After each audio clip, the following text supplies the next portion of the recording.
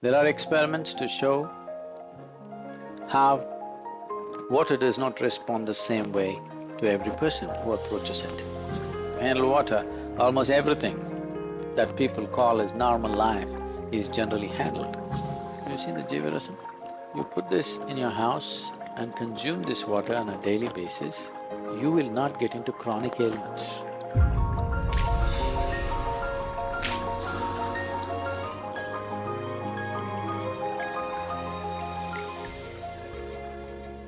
Water, jala or neer, rachamanyam, as it's known in Sanskrit language. In many ways, water is fundamental or among the most important ingredient of physical aspect of the life-making process. Today, a lot is being said in scientific terms about how water is fundamentally life-making, not just as an ingredient, not just as one more ingredient, but as an active participant in the making of life. This is something always many cultures in the world have been aware of, but we have an issue that unless it comes from a laboratory, it cannot be really true, though it's the most obvious truth that anybody who's paid a little bit of attention to life would notice that there is a certain aspect or a certain dimension of participatory role for water in everything that's life. In the last decade or a little more than that, much is being said in modern scientific language as to how water has both memory and intelligence of its own. It is not just reacting to various things happening around it, it is responding. And water's response to different inputs is different. There are experiments to show how water does not respond the same way to every person who approaches it. So if the water does not respond well to you, you're a done case. Over 72% of your very physical body is water. If the water doesn't behave well with you, you're done. Your physical life is going to be a horror story in so many ways.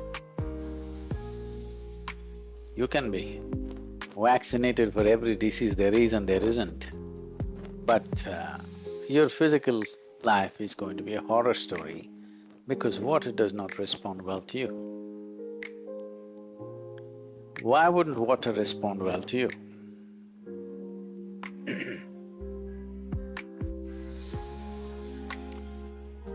To put it in a very simplistic way,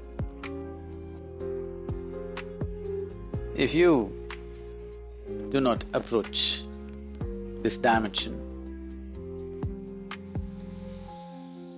consciously or unconsciously,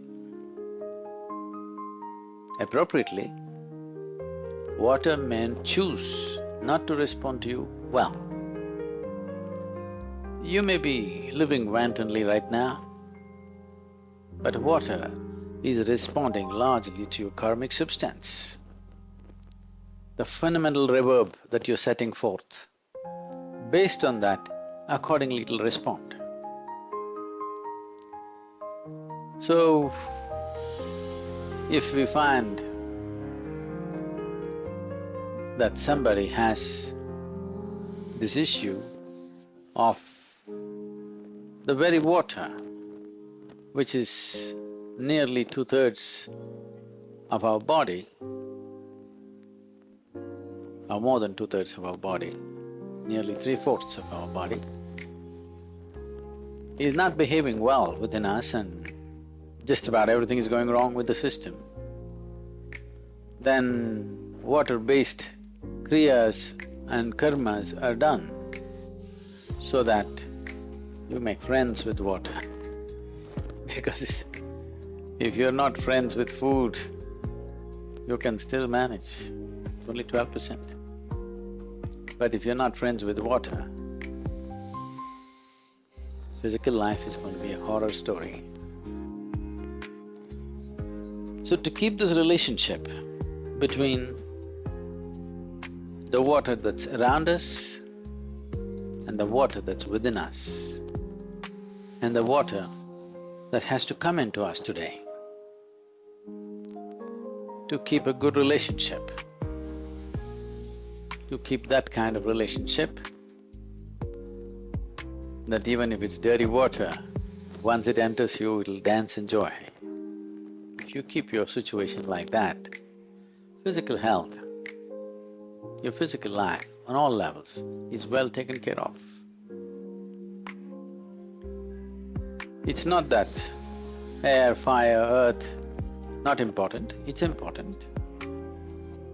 But in sheer volume, water wins. Most nations turning democratic majority, you know the value of majority. And among the ingredients, leaving the Akash, which is of a completely different nature, among the four, water has a more active role, more participatory role compared to the other elements. What does this mean in our day-to-day life? What does this mean in our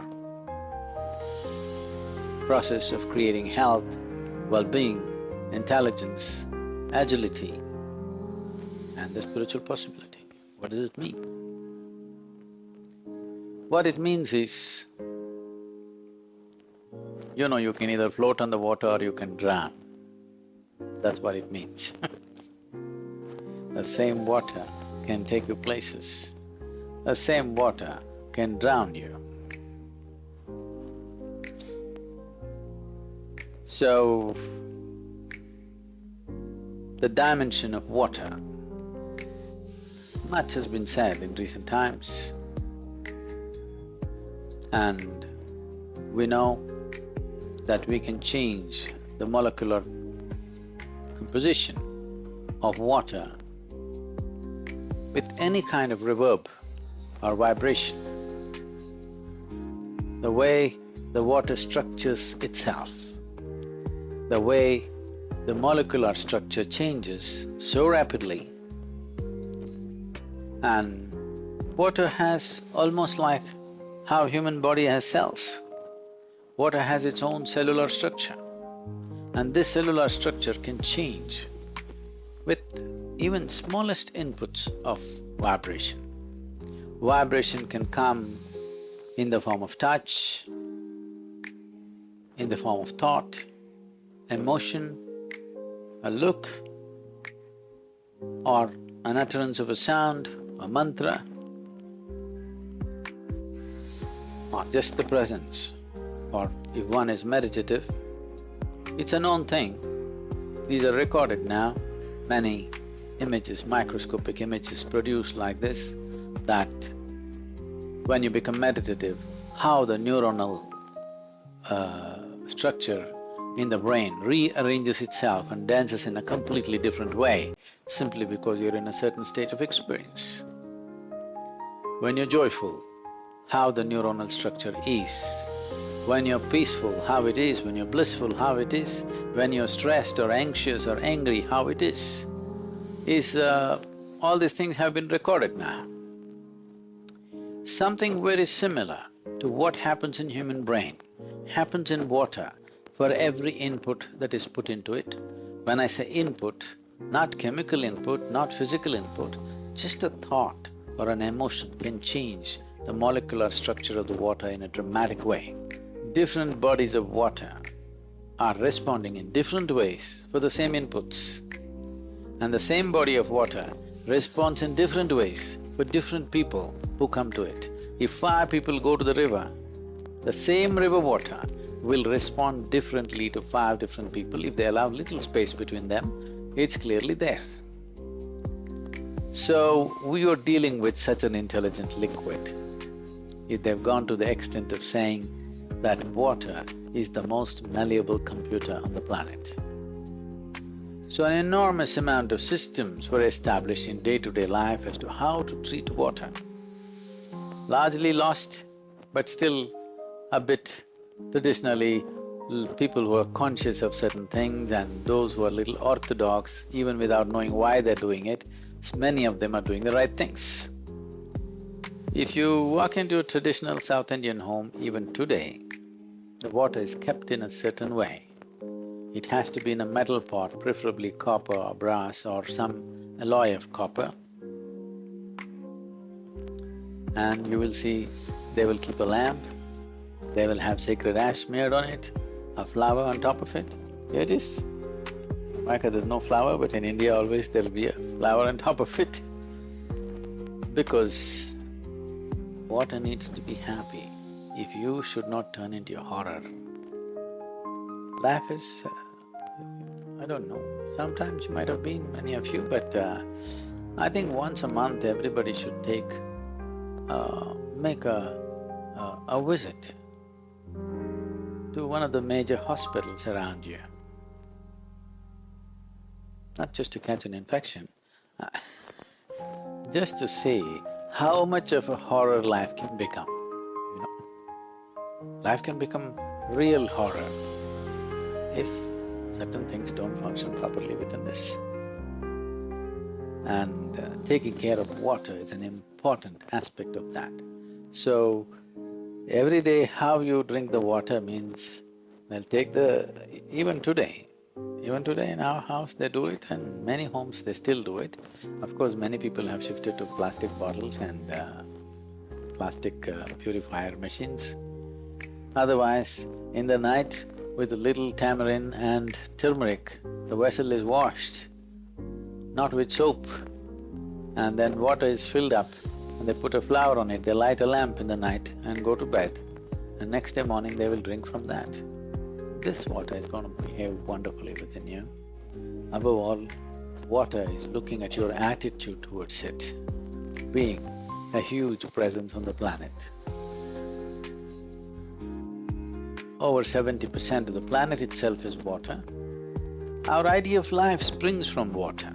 If we are looking for life in any planet, we are only first looking for water because the basic elements which make life, I'm not talking about the 5 elements, the basic element from the chart, you know, what do you call this?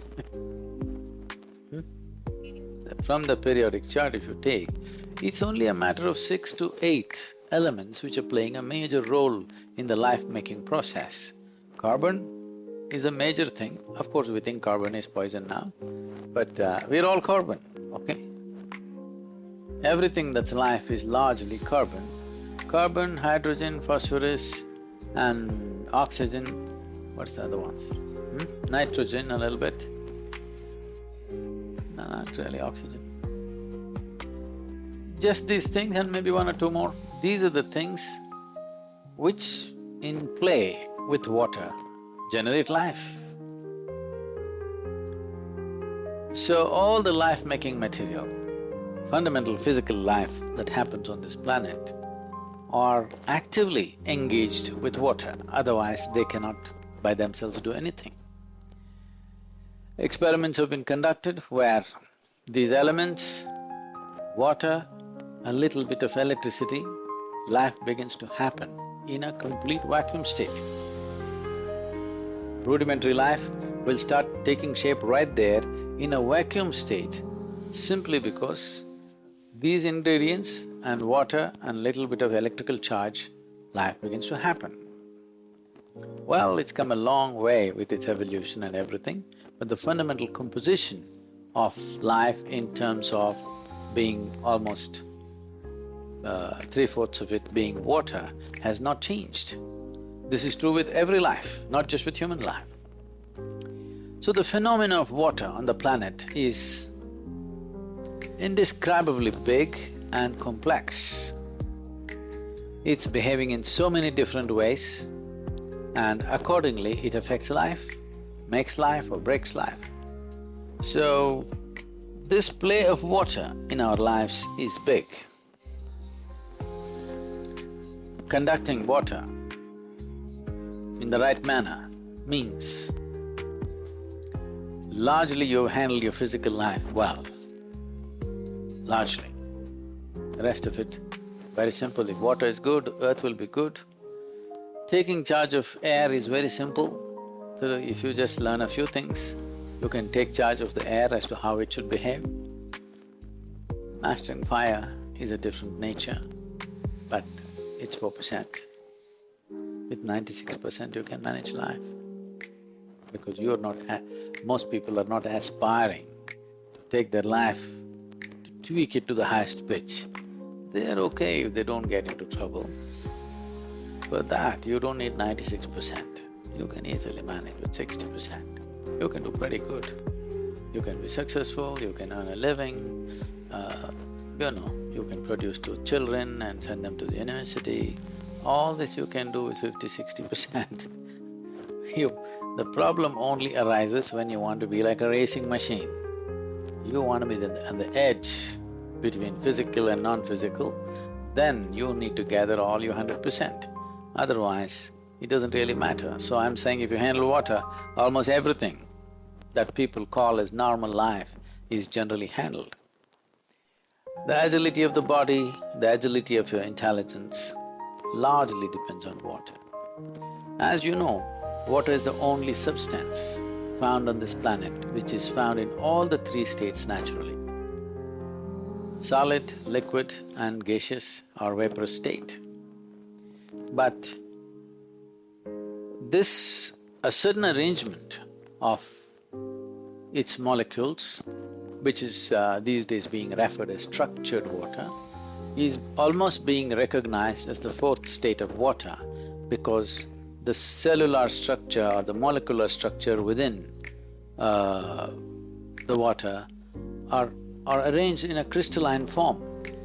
Because of this, a structured water is being referred to today as the 4th state of water. There are various ways to do this. One aspect of it is implosion.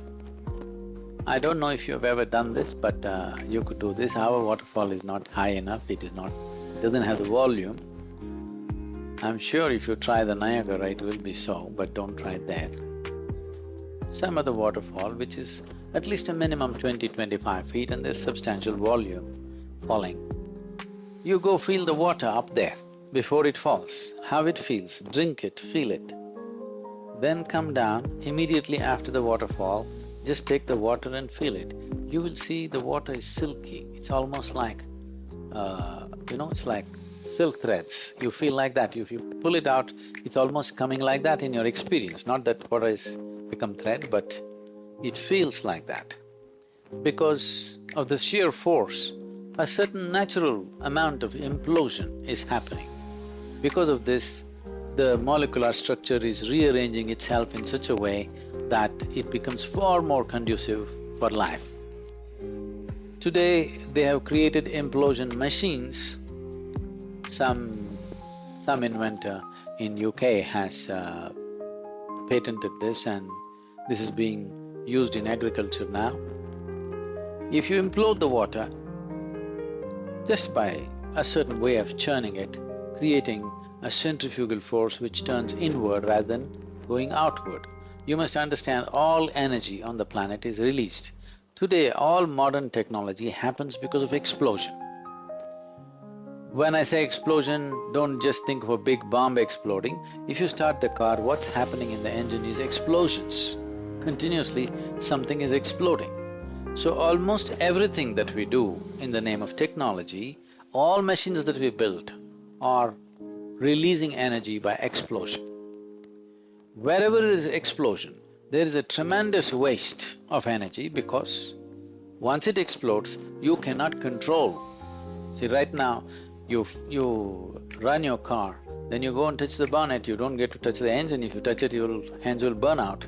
If you just touch the bonnet or even go near it, it's so hot. All this energy is just going out. Only a part of the energy you can trap it and convert it into kinetic energy, rest of it is all dissipating into the air in the form of heat. Thermal energy is going waste. Every machine that you run on this planet is generating heat, not because we need it, simply because we don't know how to make use of it. So that is happening with everything that we do. Implosion is a different way of generating energy. You can say, yoga is implosive, cool but hot. You know, very cool but burning inside. Because it's an implosion, it's not an explosive process. Because it's an implosion, enlightenment is an implosive process. It's very wonderful to see that today modern science is beginning to recognize the significance of implosion and what it can do. If implosion becomes the way of doing things, running machines on this planet, there'll be no global warming, you can run as many machines as you want because it'll not throw out thermal energy. Because implosion is a different way of making energy. So imploding machines, generating this imploded water, they're saying you can grow the same crops with 10% of the water that you're using right now. But now, you're pumping water through your pipelines from your local waterworks or whatever you call it. They say, if the water is going through, let's say 50 bends, pumped forcefully, and then it drops out of your tap, you take it in your glass, in terms of molecular structure arrangement, 60% of it has turned into poisonous water. But if you hold it in this glass for the next 20 minutes, it will undo itself. If you're drinking, I see in America, people are drinking from a spout like this, straight into their mouth. Many times when I'm thirsty, when I'm outside, people say, Sadhguru, there's a spout here. I said, I'll never ever drink from a spout. It's too… it lacks dignity.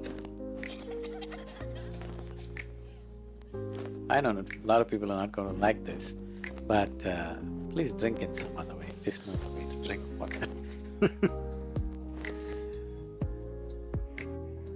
In the East, always, the best way to drink water is with your own hands, not even in a tumbler.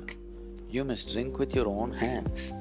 If that's not possible, if somebody gives water to you in a metal tumbler, you always hold it with both your hands and drink like this. Have you seen this? When you come to India, you must have seen, the village people still do it like that. Of course, city people are… they're all wearing I Love New York t-shirts, so they're different people. But you will see, if you go into the villages, even today, if you give water, they will always drink like this. Even if you give it in a tumbler, they'll hold the tumbler like this and drink like this, not like this. Because it's important that first, before you drink water, you have to touch it. Allow that much time and then drink it, then it behaves differently. And this may sound like what to say, some mumbo-jumbo story. Well, some people come to senses only after suffering comes. Why some? Most people. This happened once in a South Indian jungle. A lion was really feeling a little, the king of the jungle. So he was just swaggering around like that. He saw a little rabbit, pop, he caught him. "Who is the king of the jungle?" he asked. You know, you don't know whether you are his snack today? Said, you, my master, only you, who else can be? Let him go, okay, magnanimous today. And then a fox was going, he caught the fox. "Who is the king of the jungle?" You know, fox, what he would say. He said all those things with extra attachments. Then he was feeling really full, and with a big swagger he came. There was a big clearing in the forest.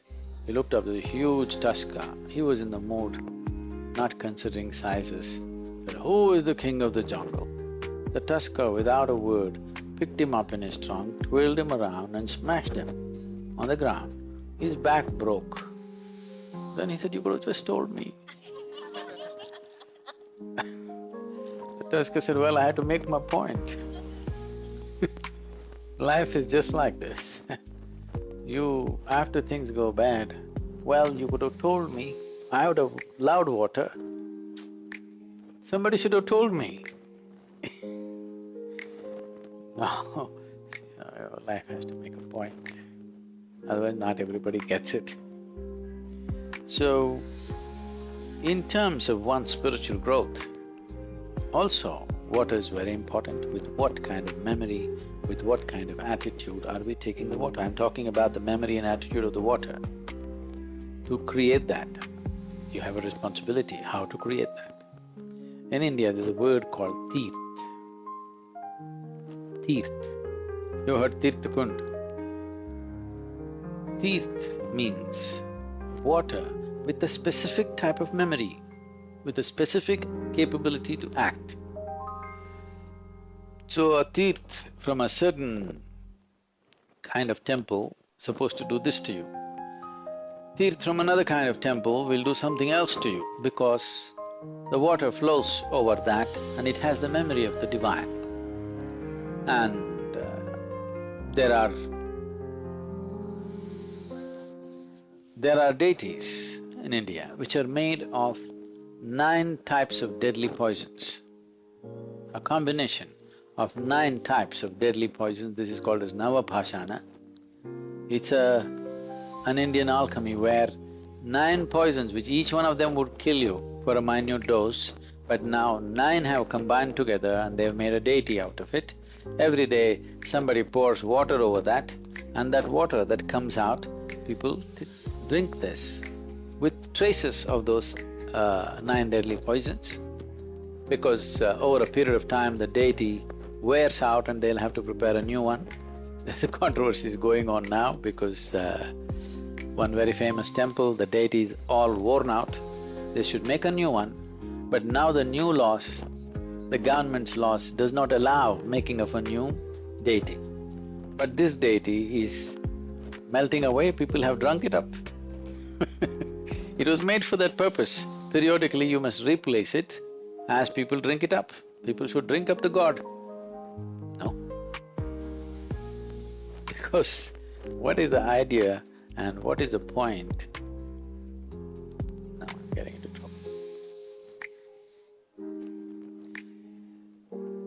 We want to drink the gods, we want to eat them up so that they become part of every cell of our body and happen in a certain way. So teerth and prasad, very important. It's not because you've not eaten at home, you go to temple for that one drop of water or for that one little something that they give you. It's not because you have no food at home or water at home, because you want to take in water which has a certain type of memory, the memory of the divine, so that it functions within you in a certain way. So this science has been elaborated in many, many ways, in many absolutely incredible forms. And some of them are truly miraculous and fantastic, some of them are absolutely filthy. Over a period of time, all these things have happened. But what we are looking at now is water as an element, what can we do with it on a daily basis? See, water is used for everything. If you want to consecrate something, water is an important part of it. In most ancient cultures, whether it is Mesopotamian culture, Egyptian culture, the Jewish culture, India of course, probably only in India it still lives to a reasonable level. In all the other places it's been wiped out because of whatever influences that have happened in the last few hundred years. Without consecrating the food with water, they wouldn't consume it. Even today, you will see in most homes in India, those who still sit on the floor and eat, first thing is they'll take water, they'll put it around, sprinkle it on the food, then only they eat the food. Because what we consume should become conducive to us even before it enters us. In this, water plays a significant role. How we treat the water, that's how everything else is. There are various aspects to this, how different water bodies have gained reputation over a period of time. For example, Ganga is… now she's internationally famous and she's in lots of trouble. Right now there's a big effort to clean Ganga and put her back into some kind of this thing, but it is a big job. Actually, it's a very simple job, but people like to do big jobs because there's money involved. It's very simple. If you don't let any of the effluents in and give it one season, Ganga will clean herself, nobody need to clean her. Just takes one season. When the flood comes, she'll clean herself up. But they want to clean the river for whatever reason. Anyway,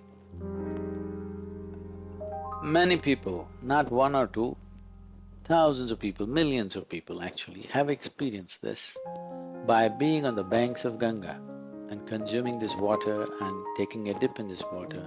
They have come out of all kinds of ailments. Sundarlal Bahuguna was a great proof of this in his efforts to save Ganga and the Himalayan rivers, which the moment was called as the Chipko moment at one time. I almost went full-time into that moment, but then I got enlightened. My direction changed, otherwise I would have almost joined the Chipko moment at that time. There later on, these people were initially decried, later on admired as tree huggers. He's the one who got the tribal people to hug the trees. When they came to cut the trees, they went and hugged the trees and did not allow them to cut. Because the entire Indian railways at one time was built from the timber from Himalayan region. It took them 50 years to understand they could make the railway sleepers with something else, with concrete or metal or something. Otherwise, all of them were wooden because the British used wood. So they continued. The entire Indian railways was made from timber from Himalayan range. That means the whole forest range amounting to maybe 25,000 square miles vanished, but we had railways. So at that time, Sundarlal Bahuguna started a movement and he went there, I forget what's the ailment, he went there with a serious ailment. And he and his wife just lived on the banks of Ganga. Just every day, Ganga water consumption and a dip. He just completely came out of that ailment. In my own experience, for 27 years, without a break, every year I went to Himalayas for trekking. I think only last 4 years or 5 years, I took people and I gave up too much management, and now our Sacred Walks is doing that. Otherwise, all those first 22 or 23 years I went alone, by myself. Many days, just drinking 2 to 3 times Ganga water, no food, nothing. I just trekked every day in the mountains, 18, 20 kilometers a day. no food, I was just fine, fully charged up, just drinking this water. Distinctly different, especially beyond Gangotri. If you go and drink the Bhagirathi water, you see it just fires you up. Just 2 handfuls of water, you're done for the day. You're fully on. It just charges you up in such a big way. And even today, this is the only segment of the river which is not going through a turbine. Right now, the Ganga water that comes downstream into the plains has already gone through 3 or 4 turbines. They're generating electricity from this. They could have spared this one river because in many ways, it is the very consciousness of India. It is symbolically consciousness of India, and above all, the river had very special qualities. This is something that rudimentary idea is H2O is H2O. Wherever you take it, it's same H2O. You're only looking at the physical, chemical properties. There are other dimensions to life. Now science is trying to touch other aspects. After having leveled out everything, now you're trying to build a mountain from the level land. It's a tough job, and your mountains may collapse very easily because they're built by you. A mountain that's standing for 1,000,000 years has gone through everything that it can go through, and it's standing because everything that can fall off has fallen off, largely. So nature has its own way of doing things. These water bodies, I've experienced some water bodies as truly powerful process. It's from my experience of certain natural water bodies which were like, one, you just get into this water, you're like sparkling. Because of that experience, we decided to set up the Chandrakund and Suryakund in the ashram. I thought people should have some experience of water, what water does to you. And today, I think there are tens and thousands of people who know the well-being of being in charged water, what it means, how water behaves very differently. Many of you who've been in the Chandrakund or the Suryakund have experienced the excessive buoyancy of the water. You can check the pH factor, it is just normal. It is not like seawater, it's not Dead Sea where you can walk upon it and whatever. This is just regular water, but you can feel the body becomes far more buoyant in that water simply because of the sheer energy, because of the molecular arrangement has changed so dramatically because of the reverberation which is constantly on. We can create this in our own homes. I'm internationally acceptable way of making a Jivarasam. Have you seen the Jivarasam? So I'm designing and making a Jivarasam which will be internationally acceptable. Right now, what we're making in India is a very powerful Jivarasam, but there is a fetish in the world about certain substances, so we are making another kind of Jivarasam. A copper pot, a Jivarasam, a lamp on top of it. If you can put a flower or a leaf on it, it's fine. You put this in your house and consume this water on a daily basis. Most probably, it's not like a guarantee because there's so many other influences, but largely I would say, you will not get into chronic ailments. You have to catch a bug, that's different. But largely you will be free from body-generating ailments.